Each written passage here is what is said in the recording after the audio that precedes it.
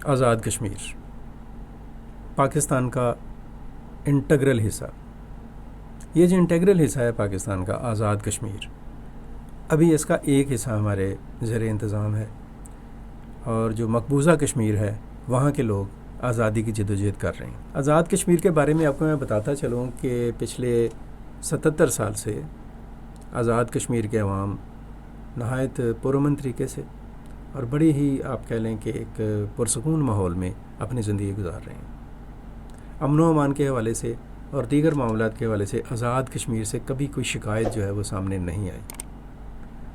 एक इशू ज़रूर है और वो सब के लिए कॉमन है, पूरे पाकिस्तान के लिए है कि हमारे जो हुक्मरान हैं उन्होंने जो वक्ती पॉलिसियाँ इख्तियार की माजी के हुक्मरानों ने, उनकी वजह से हमारी मईशत को दचका पहुंचा और मईशत जब नुकसान में गई, खसारे में गई और अदम इस्तेहकाम का शिकार हुई तो डेफिनेटली उसका ज़िंदगी के तमाम शोबों पर एक असर पड़ा।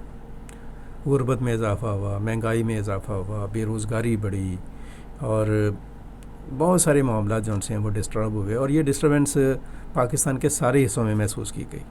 लाहौर में, कराची में, कोयटा में, पेशावर में, इस्लामाबाद में, रावलपिंडी में, फैसलाबाद में, मुल्तान में, मतलब कि गर्ज़ के हर जगह के ऊपर और आज़ाद कश्मीर में भी ज़ाहिर है इसके असरात पड़े।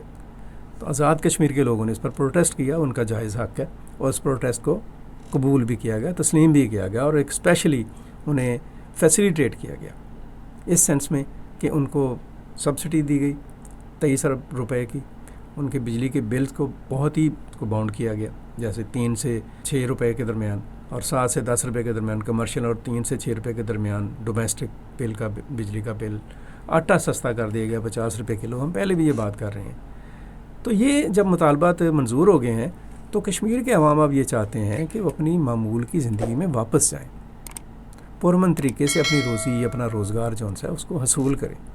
कश्मीर की आबादी जो है वो ज़्यादा लोग मज़दूर हैं, मतवसत तबके के लोग हैं, काम से काम रखने वाले लोग हैं। वो नहीं चाहते हैं कि कश्मीर के अंदर कोई गड़बड़ हो, कोई परेशानी हो, कोई इस किस्म का कोई खुदा ना खास्ता कोई डेड लॉक पैदा कर दिया जाए कि लोग अपने रोज़ाना का जो मेहनत मजदूरी है उससे भी हाथ धो बैठे।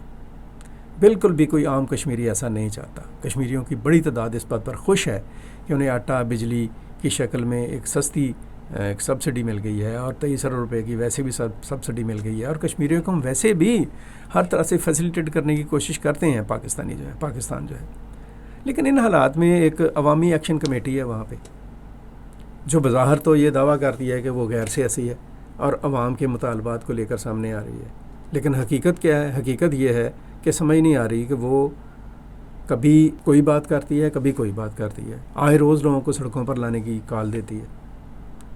इन्हें समझ नहीं आ रही है कि ये जो मौसम है ये बड़ा टूरिज़म का मौसम है, कश्मीरियों के लिए एक रोज़गार का मौसम है। आप इसमें एक बेयकीनी और बेचैनी और बदअमनी का माहौल पैदा करके क्या हासिल करना चाहते हैं? इसी तरह से आप इस तरह का रवैया इख्तियार करेंगे तो इंडिया को मौका मिलेगा पाकिस्तान पर बात करने का। पाकिस्तान के अंदर कुछ ऐसे हॉक्स हैं, कुछ ऐसे इंतहा पसंद और शिद्दत पसंद अनासर हैं जो चाहते हैं कि मुल्क के अंदर अमन व अमान का मसला पैदा हो, बेयकीनी की कैफियत पैदा हो और उन्हें खुल खेलने का मौका मिले। तो मैं अवामी एक्शन कमेटी से ये बात कहूँगा कि खुदा के लिए अपना वक्त ना ज़ाया करें और आम कश्मीरी के रोज़गार पर हमलावर ना हों, अपने मामलात की इस्लाह करें, अमन की तरफ जाएँ, इस्तेहकाम की तरफ जाएँ, बेहतरी की तरफ जाएँ।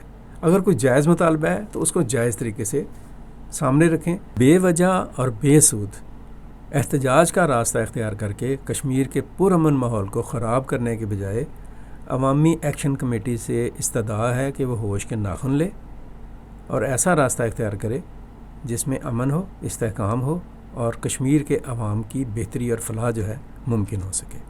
शुक्रिया।